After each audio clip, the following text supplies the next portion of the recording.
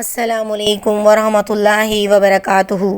نحمد و نصلی علی رسولہ الکریم، اما بعد، فاعوذ باللہ من الشیطان الرجیم، بسم اللہ الرحمن الرحیم۔ قال اللہ تعالیٰ فی القرآن المجید والفرقان الحمید، یا ایھا الذین آمنوا کتب علیکم الصیام کما کتب علی الذین من قبلکم لعلکم تتقون۔ اللہم صلی علی محمد وعلی آل محمد کما صلیت علی ابراہیم وعلی آل ابراہیم انک حمید مجید۔ اللہم بارک علی محمد وعلی آل محمد کما بارکت علی ابراہیم وعلی آل ابراہیم انک حمید مجید۔ تمام تعریفیں اس اللہ رب العزت کے لیے جو تمام جہانوں کا پالنے والا ہے، اور درود و سلام ہمارے آخری نبی حضرت محمد مصطفیٰ صلی اللہ علیہ وآلہ وسلم پر۔ معزز سامعین، اسلام ایک مکمل ضابطۂ حیات ہے، اور اسلام کے ارکان میں سے روزہ ایک اہم رکن ہے، جو ہمارا آج کا موضوع بھی ہے۔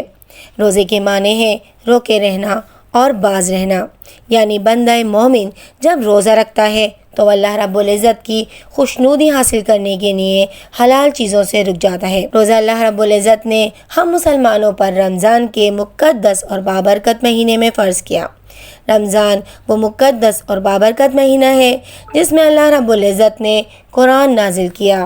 رمضان وہ مقدس اور بابرکت مہینہ ہے جس میں حق اور باطل کا سب سے بڑا معرکہ غزوہ بدر ہوئی۔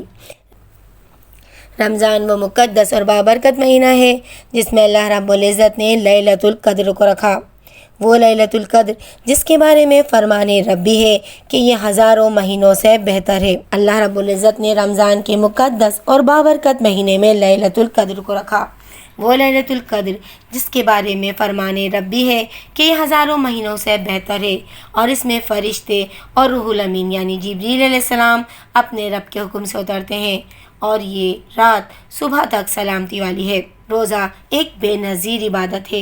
رسول اللہ صلی اللہ علیہ وآلہ وسلم سے کسی صحابی نے عرض کیا، اللہ کے نبی صلی اللہ علیہ وآلہ وسلم، مجھے کسی عمل کا حکم دیجیے۔ آپ صلی اللہ علیہ وآلہ وسلم نے فرمایا، روزے کو لازم پکڑو، اس جیسا کوئی عمل نہیں ہے۔ انہوں نے دوبارہ یہی سوال کیا۔ آپ صلی اللہ علیہ وآلہ وسلم نے وہی جواب دیا۔ انہوں نے جب تیسری بار یہی سوال دہرایا، آپ صلی اللہ علیہ وآلہ وسلم نے وہی جواب دیا کہ روزے کو لازم پکڑو، اس جیسا کوئی عمل نہیں ہے۔ روزہ انسان کے دل کو پاک صاف کر دیتا ہے، اس کو خوبصورت بنا دیتا ہے۔ روزہ رکھنے والے کو پاکی اور طہارت حاصل ہوتی ہے، جو اس کو متقی اور پرہیزگار بنا دیتی ہے۔ یہ صالح لوگوں کی نشانیوں میں سے ہے۔ رسول اللہ صلی اللہ علیہ وآلہ وسلم کا فرمان ہے کہ اللہ رب العزت نے تم پر اس نماز کو فرض کیا جو نیک اور صالح لوگوں کا شیوا ہے، یعنی وہ لوگ جو رات کو نماز قائم کرتے ہیں اور دن کو روزہ رکھتے ہیں۔ ایسے لوگ نہ تو گناہ گار ہوتے ہیں اور نہ ہی فاجر۔ روزہ انسان کی معافی کا بہترین ذریعہ ہے، اور روزہ ہمیں فتنوں سے بھی بچاتا ہے۔ رسول اللہ صلی اللہ علیہ وآلہ وسلم کا فرمان ہے کہ روزہ برائیوں کے سامنے ڈھال ہے، روزہ جہنم کے سامنے ڈھال ہے، روزہ اللہ رب العزت کے عذاب کے سامنے ڈھالے۔ یہ روزہ شہوت پرستوں کی لگام ہے۔ جو شخص بھی رمضان کے روزے کو ثواب کی نیت سے یا اجر کی نیت سے رکھتا ہے تو اللہ رب العزت اس کے گناہوں کو معاف فرما دیتے ہیں۔ حدیث قدسی ہے، ابن آدم کا ہر عمل اس کے لیے سوائے روزے کے، اس لیے کہ روزہ میرے لیے ہے اور اس کا اجر میں ہی دوں گا۔ جب ہم روزہ رکھتے ہیں تو ایک خاص قسم کی بو روزدار کے منہ سے آتی ہے، جو خالق کائنات کو مشک سے زیادہ پسند ہے۔ جب انسان روزہ رکھتا ہے تو اس کو دو طرح کی خوشیاں ملتی ہیں۔ پہلی خوشی تو ہمیں اس دنیا میں ہی مل جاتی ہے۔ جب ہم سارا دن روزہ رکھنے کے بعد افطار کرتے ہیں تو ایک خوشی ہمیں محسوس ہوتی ہے۔ دوسری خوشی روزدار کو تب نصیب ہوگی جب وہ روزے قیامت اپنے رب کے سامنے حاضر ہوگا، اور اللہ رب العزت اس کے روزے کا اجر اسے دیں گے، کیونکہ یہ روزہ قیامت کے دن اپنے رکھنے والے کے لیے اللہ رب العزت کے سامنے سفارش کرے گا۔ وہ کہے گا، اے میرے رب، میں نے اس کو سارا دن کھانے پینے سے روکا اور شہوت کی تکمیل سے روکا، میری سفارش کو آپ قبول کیجیے۔ اور اللہ رب العزت اس کی سفارش کو قبول کریں گے۔ اس لیے جب بھی ہم روزہ رکھیں تو ہم اس بات کا خاص خیال رکھیں کہ ہم اپنے فرائض، نوافل اور تلاوت قرآن کے ساتھ ساتھ دعاؤں کا بھی کثرت سے اہتمام کریں۔ رسول اللہ صلی اللہ علیہ وآلہ وسلم کا فرمان ہے کہ 3 لوگوں کی دعائیں اللہ رب العزت کبھی بھی رد نہیں کرتے۔ پہلی، والدین کی دعا جو اپنی اولاد کے لیے کرتے ہیں، اس لیے والدین کو چاہیے کہ وہ کثرت کے ساتھ اپنی اولاد کے لیے دعائیں خیر کریں۔ دوسری، روزے دار کی دعا، اور تیسری، مسافر کی۔ جیسا کہ آپ سب لوگ جانتے ہیں کہ رمضان کا مقدس اور بابرکت مہینہ شروع ہو چکا ہے اور آج پہلا روزہ ہے۔ اس لیے ہمیں رمضان کے فضائل اور اس کی اہمیت کو سمجھنے کے ساتھ ساتھ اس کے مسائل کا بھی جاننا ضروری ہے، کیونکہ ہماری عبادات تبھی پختہ ہوں گی جب ہمیں مسائل کا بھی علم ہوگا۔ جیسے اگر کوئی شخص نماز ادا کرتا ہے اور اس میں کوئی غلطی ہو جاتی ہے تو انسان کشمکش میں مبتلا ہو جاتا ہے کہ پتہ نہیں میری نماز ہوئی ہے یا نہیں ہوئی، یا اب میں پوری نماز دہراؤں۔ لیکن اگر وہ نماز کے مسائل سے واقف ہوگا تو وہ سجدہ صاف کرے گا اور اپنی نماز کی کمی کو پورا کر لے گا۔ روزے میں جو پہلا سوال کثرت سے کیا جاتا ہے وہ ہوتا ہے روزے کی نیت کے بارے میں۔ آپ صلی اللہ علیہ وآلہ وسلم کی حدیث مبارکہ ہے، جس نے فجر سے پہلے روزے کی نیت نہیں کی اس کا روزہ نہیں ہوگا۔ لیکن اب سوال یہ پیدا ہوتا ہے کہ نیت ہے کیا؟ نیت جو ہے وہ دل کے ارادے کا نام ہے، لیکن ہمارے معاشرے میں ایک عبارت جو خاص طور پہ نیت کے حوالے سے مشہور ہے، وَبِالصَّوْمِ غَدٍ نَوَيْتُ مِنْ شَهْرِ رمضان، یعنی میں کل کے روزے کی نیت کرتا ہوں، جس کا کچھ سال پہلے ترجمہ بدل کر میں آنے والے روزے کی نیت کرتا ہوں کر دیا گیا ہے۔ اس کا ترجمہ اور اس کا رد و بدل ہی اپنے من گڑت ہونے کو چیخ چیخ کر بیان کر رہا ہے۔ دوسرا مسئلہ جو درپیش ہوتا ہے وہ یہ ہوتا ہے کہ ہم روزہ افطار کس طرح کریں۔ روزہ ہمیشہ آپ تازہ کھجور سے افطار کیجیے، اگر وہ نہ ہو تو پھر خشک کھجور سے، اگر کچھ بھی میسر نہ ہو تو پھر پانی سے افطار کیجیے، کیونکہ نمک سے افطار کرنا سنت سے ثابت نہیں ہے۔ ایک مسئلہ یہ بھی درپیش آتا ہے کہ کن لوگوں کو اللہ رب العزت نے روزے سے رخصت دی ہے۔ وہ عورتیں جو حالت حیض میں ہوں یا نفاذ میں، یا پھر وہ عورتیں جو حاملہ ہوں یا پھر دودھ پلانے والی ہوں، ان کو اللہ رب العزت نے رخصت دی ہے، وہ اپنا روزہ قضا کریں گی۔ دوسرے وہ لوگ جو حالت سفر میں ہوں یا پھر حالت جہاد میں، ان کی مرضی ہے کہ وہ روزہ رکھیں یا پھر چھوڑ دیں۔ لیکن اگر بالفرض وہ روزہ رکھ لیتے ہیں اور بعد میں کسی دشواری یا پریشانی میں مبتلا ہو جاتے ہیں تو وہ اپنا روزہ ختم کر سکتے ہیں، ان پر صرف قضا ہے، وہ کفارہ ادا نہیں کریں گے۔ عبداللہ بن عباس رضی اللہ تعالیٰ عنہ روایت کرتے ہیں کہ نبی صلی اللہ علیہ وآلہ وسلم رمضان کے مہینے میں مکہ کی طرف چڑھائی کے ارادے سے نکلے۔ جب مقام قدیر پر پہنچے تو آپ صلی اللہ علیہ وآلہ وسلم نے روزہ توڑ دیا اور لوگوں نے بھی توڑ دیا۔ یہ حدیث بخاری اور مسلم کی ہے۔ اسی طرح اگر کوئی شخص بوڑھا ہے یا پھر ایسی بیماری میں مبتلا ہے جس کے ختم ہونے کی کوئی امید نہیں ہے تو ایسے شخص کو بھی فدیہ ادا کرنا ہوگا، اور 1 دن کا فدیہ ایک مسکین کو کھانا کھلانا ہے، اور ایسے شخص پر کوئی قضا نہیں ہے۔ کچھ لوگ سوال کرتے ہیں کہ فرض روزے کی قضا کس طرح ادا کریں؟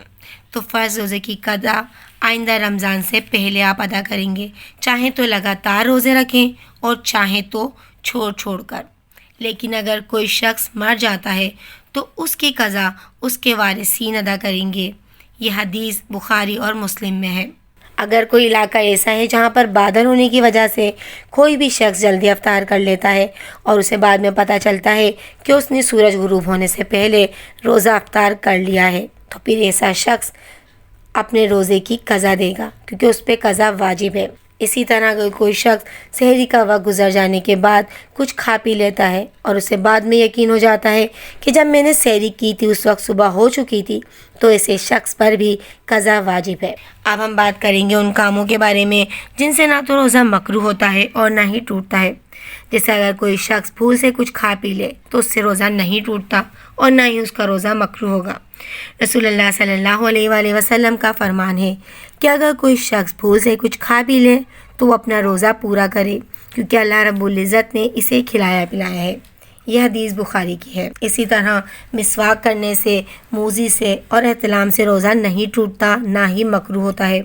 روزے کی حالت میں آپ سر میں تیل بھی لگا سکتے ہیں، کنگھی بھی کر سکتے ہیں، آنکھوں میں سرما بھی لگا سکتے ہیں، یا پھر گرمی تیز ہے تو اس کی شدت کی وجہ سے اگر روزدار اپنے سر پر پانی بہاتا ہے یا پھر کوئی گیلا کپڑا کر کے اپنے جسم پر رکھتا ہے تو اس سے بھی نہ تو روزہ ٹوٹتا ہے اور نہ ہی مکروہ ہوتا ہے۔ اسی طرح بہت سے لوگ اس پریشانی میں مبتلا رہتے ہیں کہ ان پر غسل فرض ہو گیا، اب وہ کیا کریں؟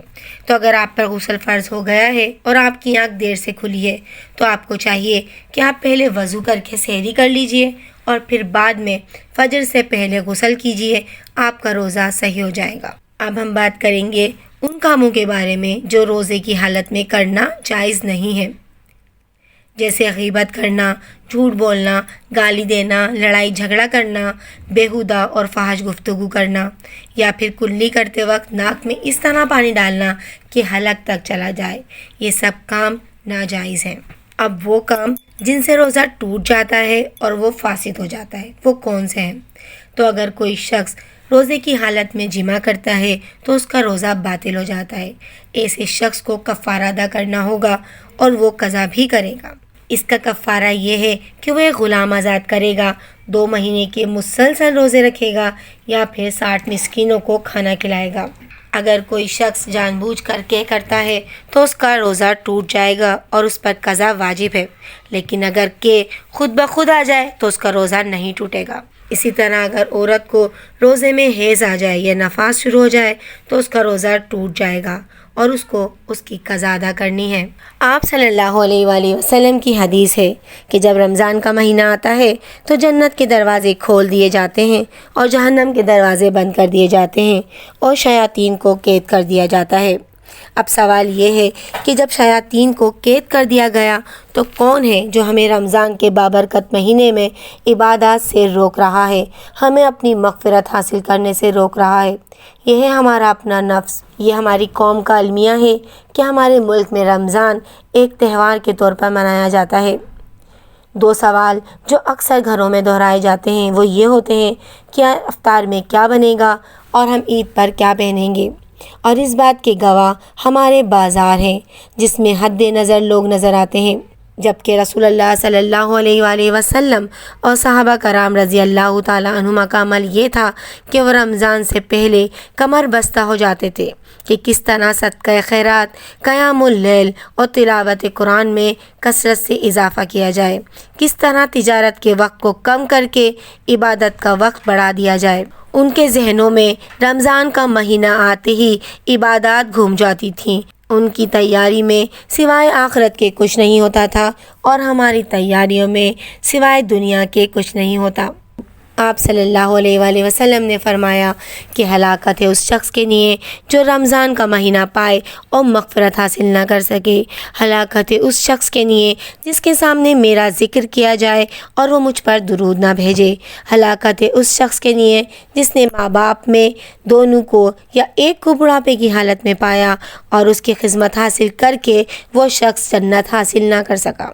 اللہ رب العزت نے مومنوں سے وعدہ کیا کہ جو حج مبرور کرے گا اس کے تمام گناہوں سے میں اسے پاک کر دوں گا، گویا اس کی ماں نے اسے عاجزہ نہ ہو۔ اسی طرح رمضان میں مغفرت کا وعدہ اللہ رب العزت نے مومنوں سے کیا کہ تم مغفرت طلب کرو میں تمہیں معاف فرما دوں گا، جبکہ ہم نے اللہ رب العزت کے اس وعدے کو گناہوں کا لائسنس سمجھ لیا، ہم نے اپنی ان عبادات کو ربڑ کے طور پر استعمال کیا۔ ہم یہ سمجھ گئے کہ ایک عمرہ دوسرے عمرے کے لیے کفارہ ہے، ایک حج دوسرے حج کے لیے کفارہ ہے اور ایک رمضان دوسرے رمضان تک کے لیے مغفرت حاصل کرنے کا ذریعہ ہے۔ ہم ان تمام عبادات کو کرتے ہیں لیکن ان پر قائم نہیں رہتے۔ جیسے رمضان کے مہینوں میں آپ دیکھیں گے کس طرح ہماری مساجدیں رمضان کا چاند دیکھتے ہی بھر جاتی ہیں، اسی طرح شوال کا چاند دیکھتے ہی خالی ہو جاتی ہیں۔ یہ ہمارا المیہ ہے کہ ہم نے رمضان کی صحیح اہمیت کو نہیں سمجھا۔ آئیں اس رمضان ہم اپنی اصلاح کریں اور ہم اپنی عبادات میں خشوع اور خضوع پیدا کریں تاکہ اللہ رب العزت ہم سے راضی ہو جائے اور ہمارا فیصلہ صالحین اور شہداء کے ساتھ کرے۔ آمین یا رب العالمین۔